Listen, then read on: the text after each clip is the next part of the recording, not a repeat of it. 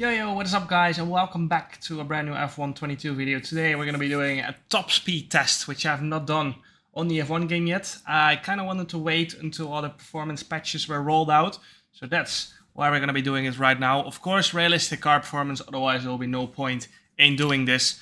We're going to be doing, or starting off in the Haas around Baku, and then we're going to be testing low downforce and high downforce and see what the ultimate top speed is of every car, but also how much every car is affected by adding on wing. So we can see what car gains the most drag when you add on a lot of downforce. So let's head into it. I'll be making a setup real quick that doesn't bottom out on the straights and things like that, so we can have a solid test of seeing which car is the fastest, basically.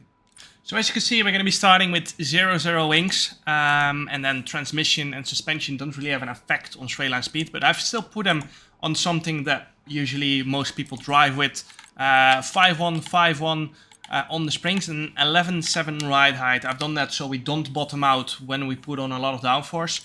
Tire pressure is maximum, and well, brakes won't have an effect. So let's head into it. Haas, low downforce is up first. And let's see how this goes. Alright. Smooth through this section. Should be easy flat, even with 0 wings. As you can see. Easy flat. And then we're going to take a long line to carry more speed on this long straight. Reason I've chosen Baku is because it has the longest straight. So it's the best to test this kind of stuff. Alright, into turn 1. We're going to reach 353. As our driver just died. 353 for low downforce Haas. Let's see what the other cars can do. Alright, Alfa Romeo. Low downforce now. Let's see what this baby can do.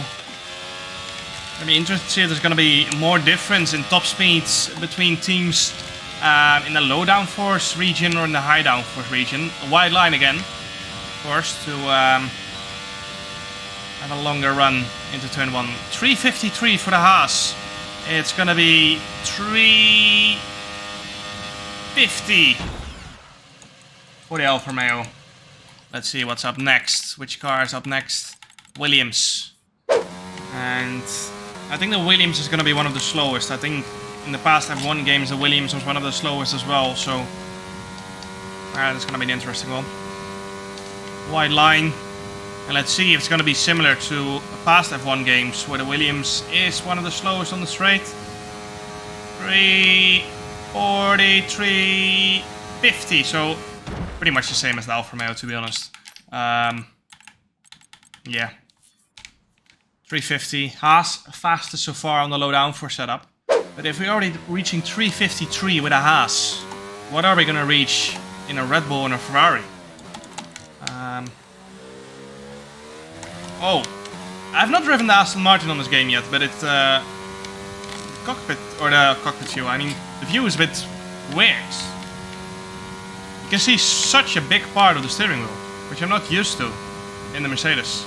Alright, the Aston Martin, low downforce, is gonna reach 351? Yeah, 351. Still quite surprising. The Haas is the fastest so far. Honda engine up next. Gonna see the true Japanese power. It's a Red Bull powertrain now, of course, but we're still gonna count it as a Honda. Right. Alright. Oh! Well, this car definitely doesn't have a lot of downforce. This was the car I struggled the most with through the chicanes. It just didn't turn, so does it mean we're gonna have a lot more top speed as well? It looks like it. I think this is gonna be the highest one so far. 53 as well. 353. Same as the Haas. So Haas and the AlphaTauri are the fastest so far. Alright, now we've got the Renault powered engine, of course, this time. And the Alpine car. And it looks like this one might go faster than 353. 354 maybe? Oh no, 353 as well. They all stall and max out at 353. Now in the past few years, the Mclaren, at least in the last game, was by far the fastest. But of course in real life this year, the Mclaren is one of the slowest on the straight. So, what is it gonna be? It's gonna be realistic? Or are we gonna see a glimpse of last year's game? That'll be an interesting one.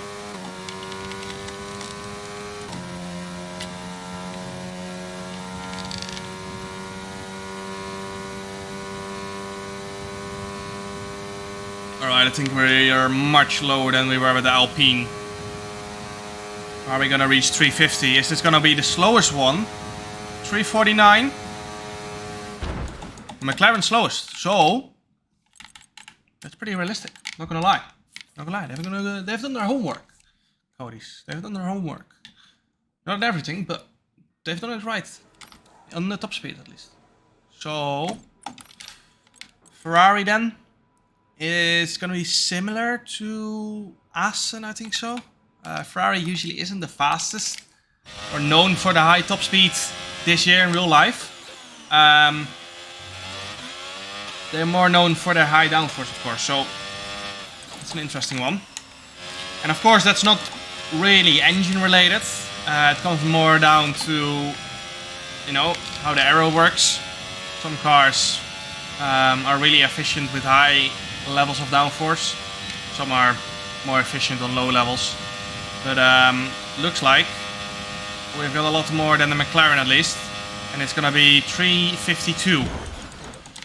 Only car so far that's reached 352. The others were 350, 351 or 353. Or the Mclaren, of course, was 349. Unlucky, mate. Now I think if we base the top speeds of real life, Red Bull should have the highest one here. So are we gonna see a 354? Maybe a 355? Gonna be interesting. Mercedes, of course, is up next after the Red Bull, but they're known for not having the greatest top speeds. The Red Bull should absolutely smash everyone out of the park. And it looks like it is gonna do that. But the question is, will it start at 353? 354? Ah, 354. So it is the fastest by 1 kilometer. Of course, the drag gain is exponential if you reach higher speed. So reaching more than 354, you're gonna have to have a lot less drag. Every kilometer gain will add so much drag that yeah, you will need no wings basically to reach higher top speeds. Now the Mercedes is the last one of the low downforce ones, and I think it's gonna reach 351. It shouldn't be the highest, but you never know, of course. Based on realism, we should be somewhere in the middle. So I reckon we go with 351. And up to turn 1, are we gonna reach 350? Oh, it's the second slowest, I think so. There were some other cars with 350, of course. But most got a little bit more. If I remember correctly, I actually wrote it down. The Alfa and the Williams at 350. McLaren 349. So, again, Cody's have done pretty well. Getting the top speeds right, I reckon. But now we're going to try the high downforce ones. And see which cars are going to be the fastest now. Is it going to be the same? Is it going to change the order? We will see. Alright, now we're just going down the list again. So we start off with the Mercedes, then the Red Bull, and then we slowly move down. It'll be interesting to see how much top speed we lose. We're not going to be bottoming out because we have raised the ride height by quite a lot, of course. We barely even have to upshift to 8th gear at this point. This is so slow. 292. But we will have DRS. And it's gonna be 303? 304? No, 303. 303, that's almost 50 kph loss on top speed. Not ideal. Not ideal at all. So for the people watching this, don't use 50-50 wings on back. It won't be ideal.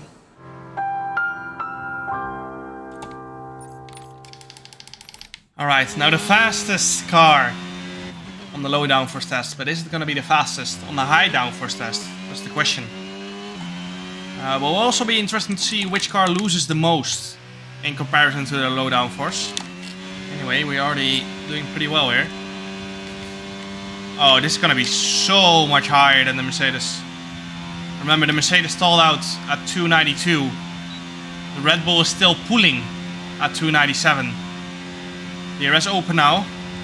And it's going to be 308. 308. Solid. Solid. That is 5 kph more than the Mercedes. Alright, the Ferrari now. Ferrari, of course, usually the... I wouldn't say the best are on the high downforce tracks.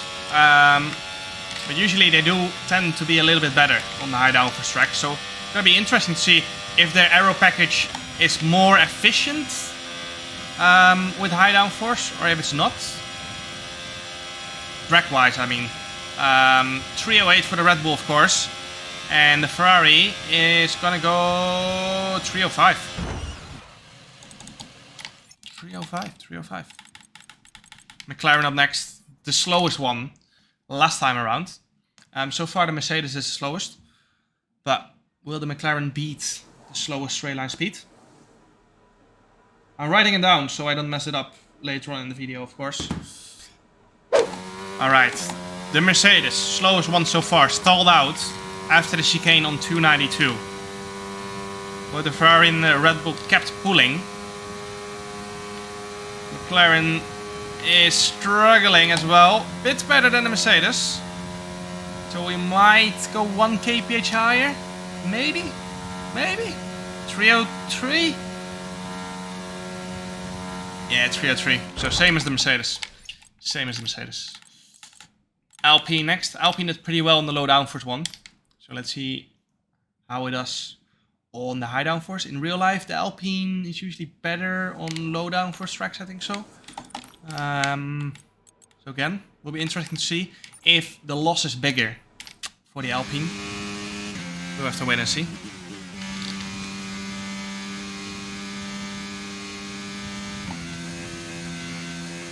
Alright, the Alpine looks to do much better than both the McLaren and the Mercedes, but I don't think it will beat the Red Bull. It is going to beat the Ferrari. And it's going to be close to the Red Bull 307, so 1 kph off. Again, Alpine one of the best on the straight line speed. AlphaTauri next did pretty well as well, of course, the AlphaTauri. But Alpine comes 1 kph short of the Red Bull. Alright, AlphaTauri now. Let's see if it can beat the Alpine. Or if it can even beat the Red Bull. Again, not as fast as the Red Bull as we approach the DRS zone. It looks like it's going to be slower than the Alpine. 307 for the Alpine. 30... Oh, it touched the 307, but the Alpine was slightly faster as it reached it earlier. So, 307 for the AlphaTauri as well. Aston Martin up next. Alright, let's see what the Aston can do. Again, slightly faster than the Mercedes as we open the DRS, but it looks like it's stalled out at 293 as well, so we might get another 303, maybe 304, maybe 305? No, it's 304. Looks like the Mercedes, all the Mercedes engines are just slightly slower in this rate. But again, might also just be car related. As you guys might know, engine power doesn't really affect the ultimate top speed that much. So yeah.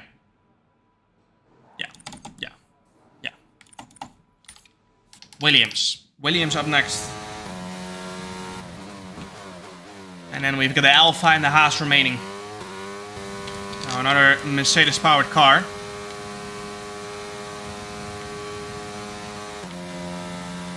$292 as we upshifted. And I think it's gonna be 303. Might go 304. No, 303. Stalled at 303. Not ideal. Not ideal. Alfa Romeo up next. Alright, now the Alpha was pretty good on the low downforce one. Looks like we're already starting to stall out a bit at 292.